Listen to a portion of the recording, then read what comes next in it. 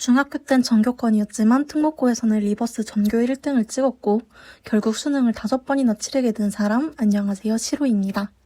올해 24살이 된 저는 예학기 재수때 합격했던 대학에 재입학을 앞두고 있습니다.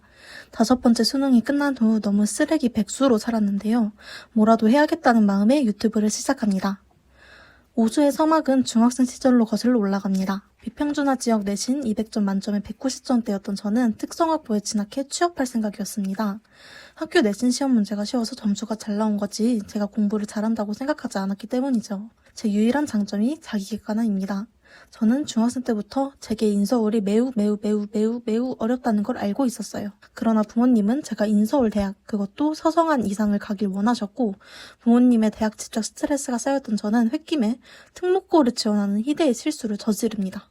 그리고 합격당했습니다. 바야흐로 3월 입학식, 전 그날 알았습니다.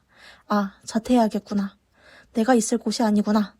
첫 시험에서 영어 리버스 전교 1등, 수학 리버스 전교 3등을 했고 수시 지원 당시 내신 6.66이라는 내신의 악마 숫자를 받았습니다. 3년을 자퇴하냐 마냐로 부모님과 씨름하다 졸업당했습니다.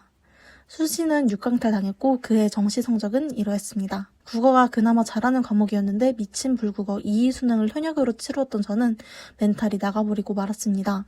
그 뒤로 다 말아먹었습니다. 수능을 보고 오니 부모님은 수능 성적에 맞춰서 대학을 가라고 하시고 이제 와서 눈이 높아진 저는 제 성적 라인에 맞는 대학을 가고 싶지 않았습니다. 사실 중고등학교 6년이 정병이 올 정도로 너무 힘들어서 외국에서 하는 갭 이어를 가지고 싶었어요. 그런데 솔직히 말할 수 없어서 재수한다고 했습니다. 재수한다고 하긴 했으니 비용 마련을 위해서 3개월을 아르바이트 2개를 하고 관리형 독서실도 병행하다 번아웃이 와서 5월에 그만둬버립니다. 인스타그램을 보면서 대학생활을 즐기는 친구들과 어두운 방 안에서 아무것도 못하고 있는 자신을 끊임없이 비교하며 4개월이라는 시간을 그냥 보냅니다. 그러다 슬슬 정신 차리고 수능 한 달 전 벼락치기를 하여 이런 성적을 받습니다. 수학은 뭘 어떻게 해도 5등급이라 다른 과목에 집중했어요.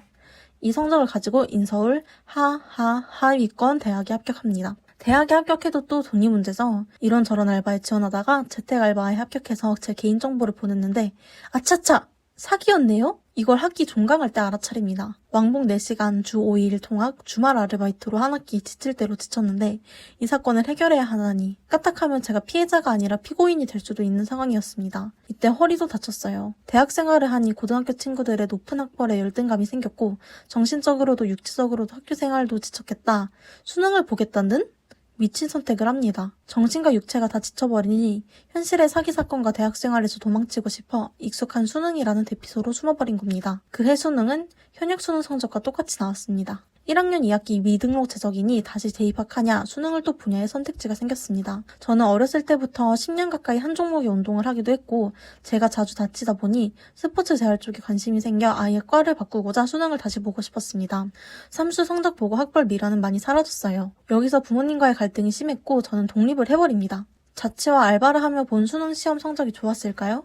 역대급 커리어 로우를 찍어버립니다. 4번째 수능이 끝나고 나서야 부모님과 화해했고 1년 지원해줄 테니 마음대로 해봐라 하셔서 마지막을 장식하려고 하는데 상반기에 발목과 허리를 동시에 다치는 일이 있었습니다. 도저히 앉아있기가 힘들어 포기하고 재입학하려는데 신청했던 6월 모의고사를 봤더니 재수 때와 성적이 같은 겁니다. 어라? 가능성 있지 않나? 아, 이런 또 불수능을 맞이했습니다.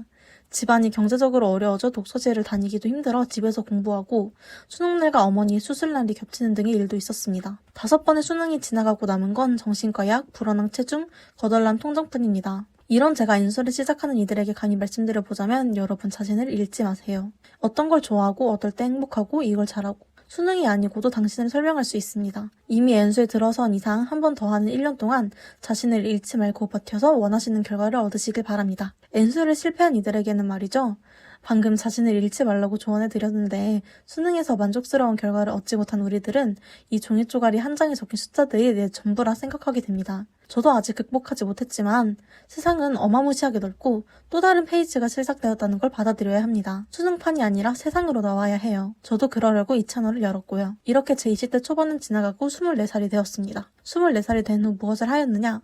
시간을 낭비했습니다. 매일 밤 야식으로 살을 찌웠습니다. 쓰레기 같은 삶을 청산하고자 계정을 만들었어요. 이제는 수능과 관련 없는 제 인생을 살아보려고 합니다. 이 채널은 그 과정을 기록하는 채널입니다. 다가오는 여름, 제 입학을 무사히 하고 다이어트도 성공할 수 있을까요? 구독 눌러주시고 지켜봐주세요.